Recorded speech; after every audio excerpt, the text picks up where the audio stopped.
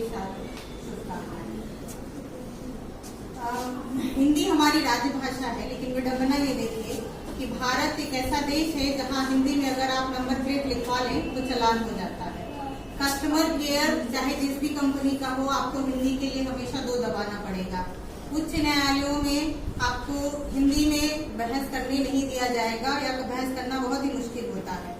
हमारे यहाँ के ही स्कूलों में, इंग्लिश मीडियम स्कूलों में हिंदी बोलने पर फाइन लगाया जाता है। और एक हद तो तब हो गई जब मैंने एक चुटकुला देखा कि बैंक में लिखा था कि हिंदी का प्रयोग करें, तो मैंने लिख दिया चैत्र मास शुक्ल पक्ष द्वादशी। अब बैंक वाले चेक नहीं ले रहे हैं। ये विडंबना है इस देश की कि हमारी बातें तो बहुत आगे आगे तक रहती हैं, लेकिन उसको कार्य रूप में परिणित नहीं कर पा रहे हैं हम लोग। या कमी हमारी आपकी है या फिर सरकारी योजनाओं में है। तो देखिए, हर भाषा का अपना एक विलक्षण सौंदर्य होता है।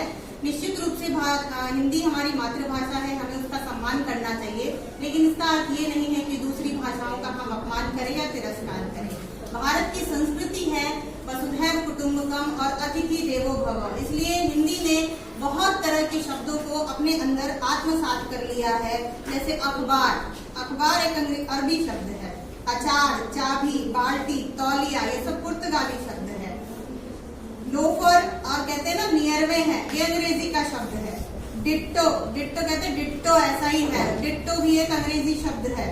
तो हिंदी भाषा की अपनी अलग प्रतिभा है, विलक्षण प्रतिभा है, जिसने बहुत सारी भाषाओं के शब्दों को आत्मसात कर लिया। तो हम दूसरी भाषाओं के और दूसरी बोलियों के महत्व को अस्वीकार नहीं कर सकते हैं। एक छोटी सी कविता है, उसको पढ़ देती हूँ, जिसमें 2 भाषाओं का आपसी मेल दर्शाया गया है। मैं उर्दू हूँ, दाहिने छोर से चलूंगा।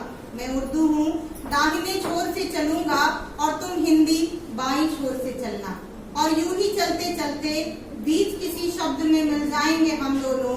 शब्द उर्दू का होगा या हिंदी का, ये हम तय नहीं करेंगे, मगर यह प्रयास रहेगा अंतिम क्षणों तक जिस भी शब्द पर मिले उनके अर्थ बिल्कुल एक से हों, उर्दू में भी और हिंदी में भी।